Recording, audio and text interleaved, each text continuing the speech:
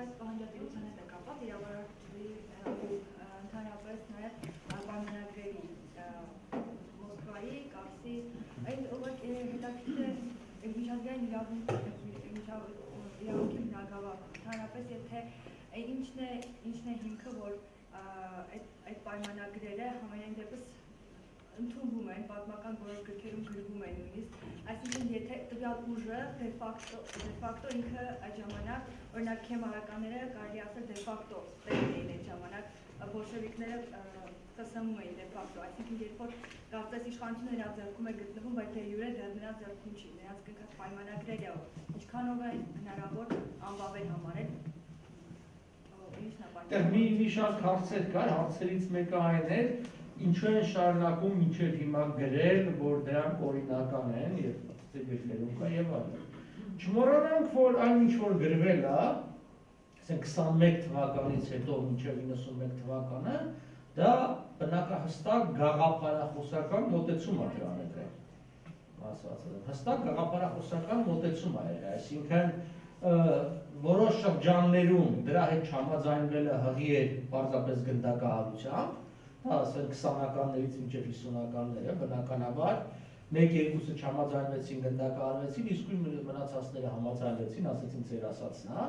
ու 50-60-ականներից հետո այդքան դաժան չէր, բայց մարդիկ չհամաձայնվել որևէ գաղափարախոսական ուղղության հետ նշանակում է կորցրել աշխատանքը, խնդիրներ ունենալ եւ այլն։ Միանշանակ է սովետական գաղափարախոսության մեջ, որ սովետա-թուրքական բարեկամությունը կարևոր է եւ շատ ավելի կարևոր է, քան Հայաստանի շահերը։ Ի սկզբանե այդպես է եղել։ Թե օրինակ պետք է նշել, որ 20-ականներին դեռևս ռուսների մեջ կային գիտնականներ, մասնավորապես օրինակ ամենահայտնի Սևրով զբաղող պրոֆեսոր Սաբյանինը, որը գրեց նաև նախաբանը Սևրի պայմանագրի ռուսերեն թարգմանության ամբողջական տեքստի, նա ուրիշ մոտեցում ունի։ Օրինակ նա հստակորեն ձեր նշած Կարսի պայմանագիրը, Մոսկվայի պայմանագիրը կոչվում է Կեմալը բոլշևիկի դոգովար, այսինքն Կեմալը բոլշևիկյան, ոչ թե ռուս-թուրքական, որովհետև իսկապես այդպես էր։ Հիշենք, դրա մասին խոսենք, բայց մի հատ էլ կրկնեմ, որ ցանկացած փաստաթղթի կարգավիճակը ածանցվում է տվյալ փաստաթղթին կողմ հանդիսացող, ավելի կոնկրետ ստորագրող կողմերի կարգավիճակից։ Այսինքն, եթե ես օրինապես լիազորված եմ պայմանագրի ստորագրելու, հետևաբար իմ ստորագրությունը կլինի օրինական։ Եթե ոչ, ուրեմն ոչ։ Վերցրեք սովորական, այսինքն կենցաղային առօրյա կյանքը վերցրեք ցանկացած հիմնարկություն։ Ի վերջո կարևորը այն թուղթը չի, որի վրա չէ հիմնարկը գրում, այլ կարևորը տվյալ անձը, օրինակ տնօրենը իրավունք ունի աշխատողին, այսինքն նկատողություն հայտարարելու կամ ընդունելու գործի կամ հանելու։ Դա իր լիազորությունների շրջանակում, այսինքն օրենքով նախատեսված գործողություն։ Հետևաբար իր գործողությունը օրինական է։ Բայց եթե նույն գործողությունը կատարի, ասենք ոչ տնօրենը, ասենք պահակը, դա կհամարվի անօրինական, որովհետև իր լիազորությունների շրջանակից դուրս է։ Նույնն միջազգային իրավունքի մեջ է։ Այսինքն ցանկացած մարմին, կառույց, շարժում այնքանով ինչքանով օրինական լիազորվածը անելու համար կարող է։ Հիմա Մոսկվայի Կարսի պայմանագրերը ակնհայտ է, որ չեն կնքվել ճանաչված պետության, օրինական կառավարության լիազոր ներկայացուցիչների կողմից։ Բոլշևիկների պարագային մենք ունեինք արդեն իշխանությունը կամ ճիշտ մայրաքաղաքը նվաճած ռեալ ուժի հետ, կուսակցության հետ, բայց որը չէր ճանաչվել պետության օրինական կառավարություն։ Հիշենք 2021 թվականին, ճիշտ է, Ռուսաստանի արդեն զգալի մասը բոլշևիկները վերահսկում էին, բայց մի զգալի մասը չէին վերահսկում, այնուհանդերձ ճանաչված չէին։ Քեմալականների պարագային ընդհանրապես որևէ ճանաչում չկար։ Ինչու են շարունակում 91 թվականից հետո գրել այդպես, որովհետև գրում են այն նույն մարդիկ, որոնք գրում էին մինչև 91 թվականը։ Այն մարդիկ, ով ժամանակին գիտական աթեիզմ էին դասավանդում, հիմա ձեզ կրոնի պատմություն եւ աստվածաշունչ են դասավանդում։ Չէ, այդպես է։